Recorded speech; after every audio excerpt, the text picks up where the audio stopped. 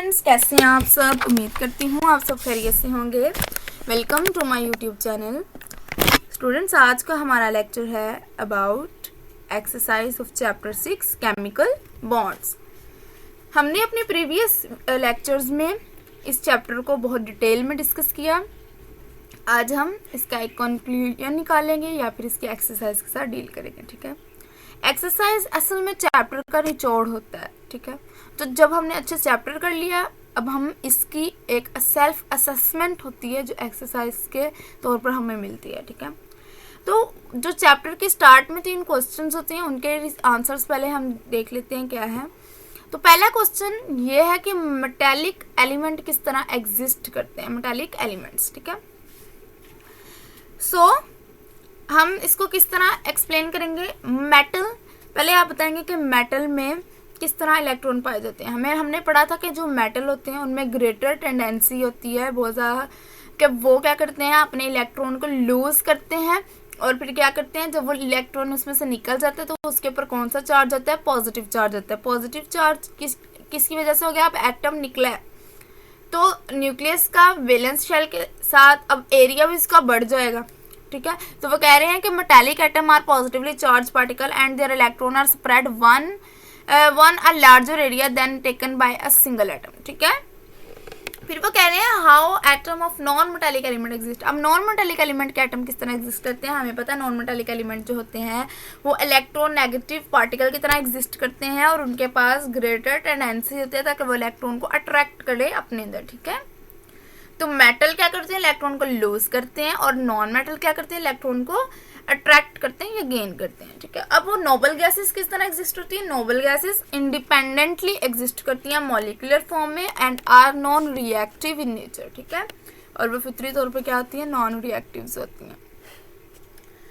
Noble gases को noble gases बोला भी क्यों जाता है, क्योंकि इसके आउटरमोस्ट शेल्स होते हैं वो ऑलमोस्ट कंप्लीट होते हैं, ऑलमोस्ट के वो होते ही कंप्लीट है। ठीक है, फिर सॉल्व एक्सरसाइज में चलते हैं। जो फर्स्ट हमारा क्वेश्चन है दैट इज एमसीक्यूज। एमसीक्यूज में सबसे पहला एमसीक्यूज देख लेते हैं।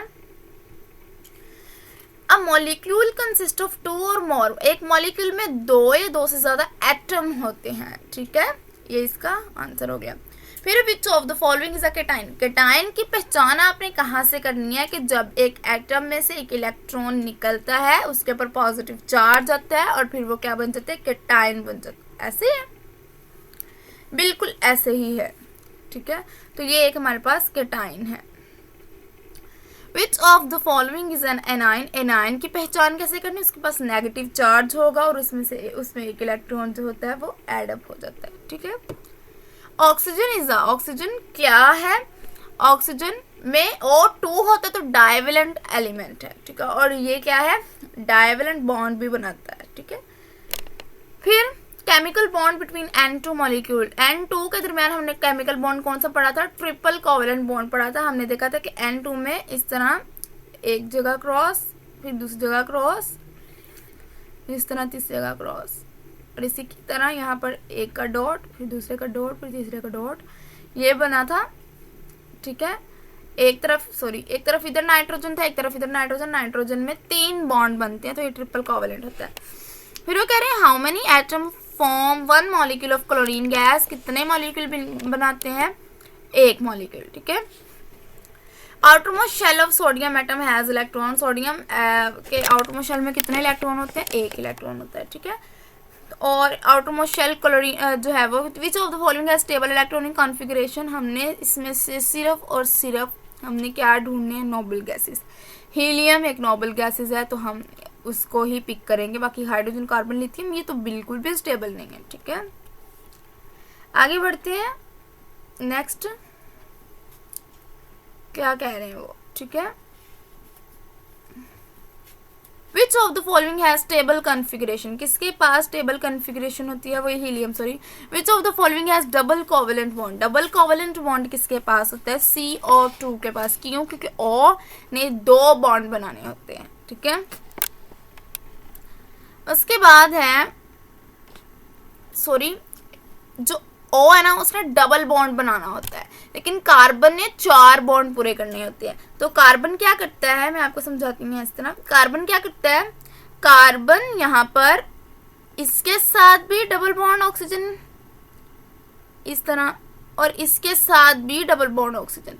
इस तरह ऑक्सीजन की भी वैलेंसी पूरी हो रही है और कार्बन की भी वैलेंसी पूरी हो रही है, और ये डबल कोवेलेंट बॉन्ड बन जाता है। ठीक है, अब चलते हैं जी क्वेश्चंस की तरफ। जो फर्स्ट क्वेश्चन है वो है वैलेंसी क्या होती है।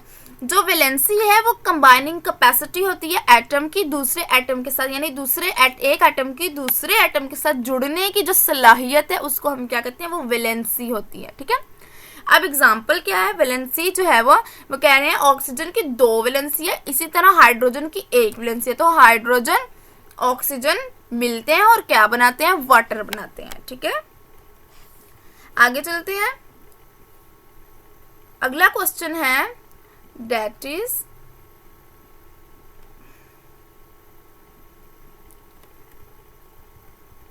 What is ion. आयन क्या होता है, मैंने आपको जो हम लेक्चर में डिस्कस भी किया था इसको डिटेल में, कि जो चार्ज्ड पार्टिकल होते हैं ना उसको हम आयन कहते हैं। इधर वो नेगेटिव भी हो सकते हैं और वो पॉजिटिव भी हो सकता है। ठीक है, अब वो कह रहे हैं जो सोडियम है वो एक एटम है और इसके पास चार्ज क्या होता है, पॉजिटिव चार्ज होता है। ठीक है, while SO4 is a group of atom, ये ग्रुप ऑफ एटम है और इसके पास चार्ज भी होता है लेकिन नेगेटिव में।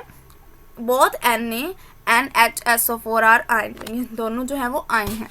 फॉर्मूला क्या होता है, ये एक सिंबॉलिक रिप्रेजेंटेशन होती है एक एलिमेंट की या कंपाउंड की, उसको हम फॉर्मूला बोल देते हैं। फॉर एग्जांपल हमें वाटर का पता नहीं है, हम वाटर को वाटर नहीं लिखेंगे। ठीक है, हम उसको सिंबॉलिकली ये फॉर्मूला लिखेंगे। उसका फॉर्मूला कैसे लिखते हैं, हम लिखते हैं H2O, that is the formula of water. ठीक है, इसी तरह H2SO4 is the formula of sulphuric acid. Oxygen का फॉर्मूला क्या है, O2, और O इसमें क्या है, वो सिंबल है। ठीक है, H भी सिंबल है, S भी सिंबल है, O भी, लेकिन मिलकर वो एक फॉर्मूला बनाते हैं। फिर नेक्स्ट बॉन्ड क्या होता है, the force of attraction that hold atom together in a substance. Atom को, एक मादा के अंदर एटम को जोड़े रखने वाली जो अट्रैक्शन होती है, जो फोर्स होती है, वो क्या होती है, बॉन्ड होता है। फॉर एग्जांपल NaCl में जो Na और Cl को जोड़ता है वो बॉन्ड होता है। ठीक है, फिर इलेक्ट्रॉनिक कॉन्फ़िगरेशन क्या होती है, the distribution of electron in the shell around the nucleus. Nucleus के गिर्द शेल की डिस्ट्रीब्यूशन में उसमें इलेक्ट्रॉन आना, वो इलेक्ट्रॉनिक कॉन्फ़िगरेशन होती है। फॉर एग्जांपल लिथियम की इलेक्ट्रॉनिक कॉन्फ़िगरेशन क्या है, 1s2 2s1। ठीक है, क्योंकि इसके शेल में एक इलेक्ट्रॉन होता है आउटर मोस्ट में।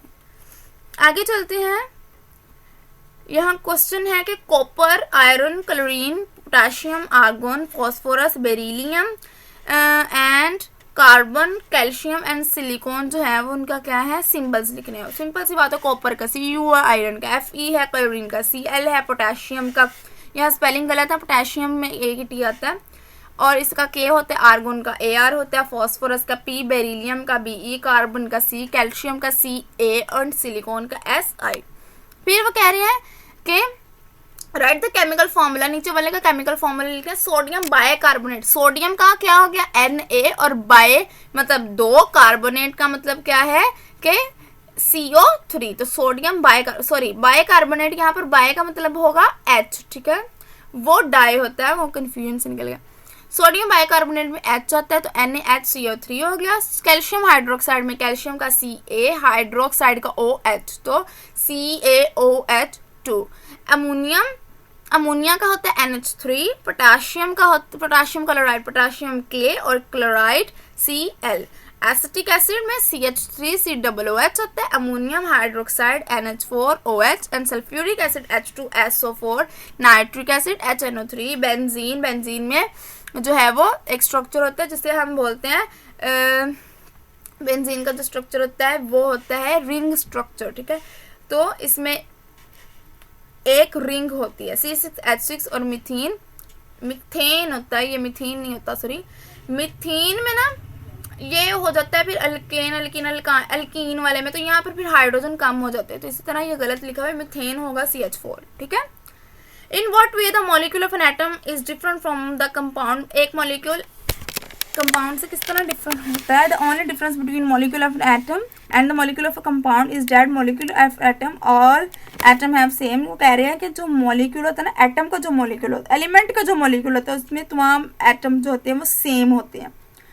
ठीक है, ये था आज का हमारा लेक्चर। इसको मैं नेक्स्ट वीडियो में ज़्यादा एक्सप्लेन करूँगी। तब तक के लिए अल्लाह हाफिज़।